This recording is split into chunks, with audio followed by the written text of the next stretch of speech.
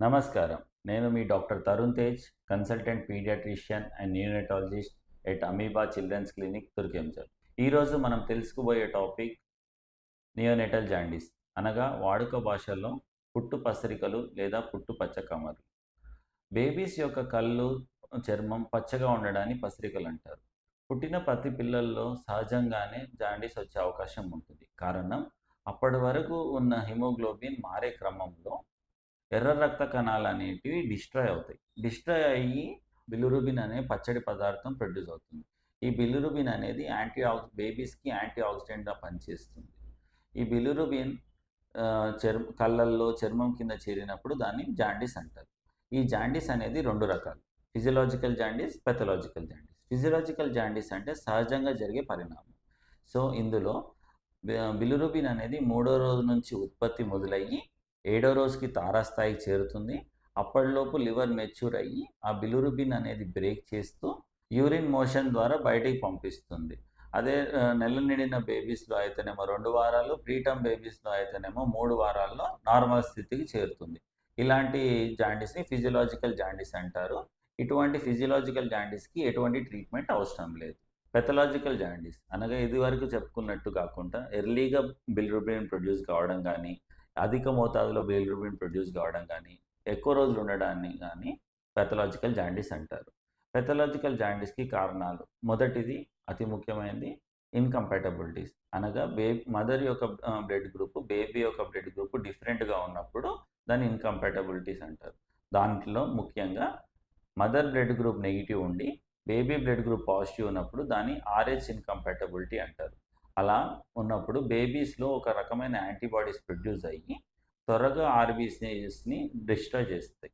దానివల్ల ఫస్ట్ డేనే జాండీస్ వచ్చే అవకాశం ఉంటది వీరిలో. రెండో రకం mother blood group O positive ఉండి, బేబీ బ్లడ్ గ్రూప్ ఏ గాని, బి గాని ఉన్నప్పుడు దాన్ని ఏబీఓ ఇన్‌కంపాటబిలిటీ అంటారు.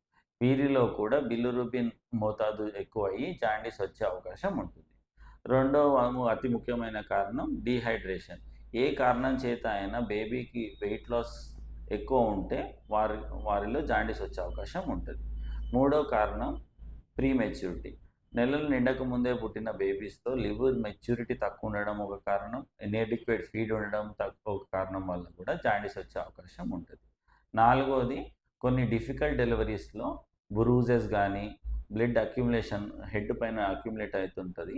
వారిలో ఎర్లీగా బ్లడ్ డిస్ట్రాయ్ కావడం వల్ల కూడా జాండీస్ వచ్చే అవకాశం ఉంటది. ఐదోది ఇన్ఫెక్షన్, సెప్సిస్. ఏ కారణం చేత అయినా ఇన్ఫెక్షన్ వస్తే వారిలో జాండీస్ ఉండే అవకాశం ఉంటది. ఆరోది థైరాయిడ్, బ్రెస్ట్ మిల్క్ జాండీస్ అంటారు. బ్రెస్ట్ మిల్క్ జాండీస్ అనగా మదర్ మిల్క్‌లో ఒక రకమైన కెమికల్ వల్ల బిలిరుబిన్ బ్రేక్ అనేది జరగకపోవడం వల్ల వచ్చే జాండీస్. ఇప్పటి వరకు చెప్పుకున్నవి 90-95% కారణాలు పాథలాజికల్ జాండీస్‌కి. మిగతా 5-10% ఇతర జెనెటిక్ రీజన్స్ ఉంటాయి. ఇప్పుడు మనము జాండీస్ యొక్క ట్రీట్మెంట్ తెలుసుకుందాం. మదర్, బేబీ యొక్క కళ్ళు గానీ, చర్మం గానీ, మూత్రం పచ్చగా వెళ్తున్నట్టు అనిపిస్తే ఇమ్మీడియేట్‌గా నియర్ బై ఉన్న పీడియాట్రిషియన్‌ని సంప్రదించాలి. సంప్రదించినప్పుడు పీడియాట్రిషియన్ క్లినికల్‌గా ఎగ్జామినేషన్ చేస్తారు. డౌట్ ఉంటే 2 పద్ధతుల్లో బిలిరుబిన్ వాల్యూస్ తెలుసుకోవడానికి ప్రయత్నిస్తారు. దాంట్లో మొదటిది ట్రాన్స్‌క్యూటేనియస్ బిలిరుబినోమీటర్. దీంట్లో మెషిన్‌ని బేబీ యొక్క నుదిటి పైన, ఛాతీ పైన పెట్టి వాల్యూ తెలుసుకుంటారు. రెండోది బ్లడ్ టెస్ట్. బ్లడ్ టెస్ట్‌లో బిలిరుబిన్ యొక్క వాల్యూ అక్యురేట్‌గా తెలుస్తుంది. ఆ వచ్చిన వాల్యూని పీడియాట్రిషియన్ దగ్గర ఉన్న చార్ట్స్ తోటి కంపేర్ చేసుకొని బేబీకి ఫోటోథెరపీ అవసరమా లేదా అని డిసైడ్ అవుతారు. ఆ ఫోటోథెరపీ అనగా బేబీని నేకెడ్‌గా ఓన్లీ జెనైటల్స్ అండ్ ఐస్ క్లోజ్ చేసి ఒక పర్టిక్యులర్ వేవ్ లెంగ్త్ ఉన్న బ్లూ లైట్ కింద పెట్టడం. సో, దీని ద్వారా ఏమైతదంటే బిలిరుబిన్ బ్రేక్ అయ్యి యూరిన్ మోషన్ ద్వారా బయటికెళ్ళి బిలిరుబిన్ అనేది తగ్గుతుంది.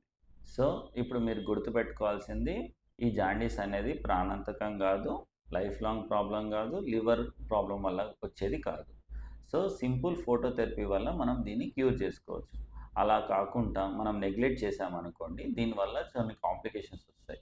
ఎలా అంటే బేబీకి డెఫ్‌నెస్, వినికిడి పోవడము, మానసిక ఎదుగుదల లేకపోవడము అండ్ ఫిట్స్ వచ్చే అవకాశం ఉంటది. సో, ఇంతవరకు పోకుండా మనము జాగ్రత్తలు తీసుకొని ఫోటోథెరపీ ఇచ్చుకొని జాండీస్‌ని కంట్రోల్ చేసుకోవాలి.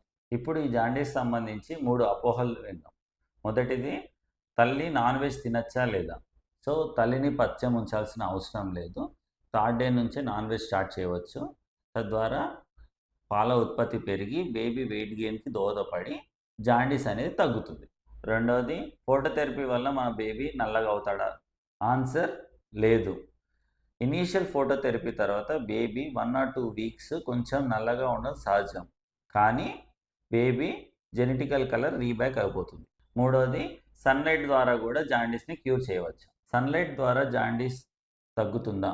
అంటే ఆన్సర్ నో అనే చెప్పాలి. ఎందుకు అంటే ఒక్కసారి బిలిరూబిన్ రేంజ్ ఫోటోథెరపీలో ఉంటే ఖచ్చితంగా ఫోటోథెరపీ ద్వారానే తగ్గుతుంది. సన్‌లైట్ వేవ్ లెంగ్త్‌లో తగ్గదు. కారణం ఏమిటంటే ఫోటోథెరపీ యొక్క వేవ్ లెంగ్త్‌లోనే బిలిరూబిన్ అనేది ప్రాపర్‌గా బ్రేక్ అయ్యి యూరిన్ ద్వారా బయటికొస్తుంది.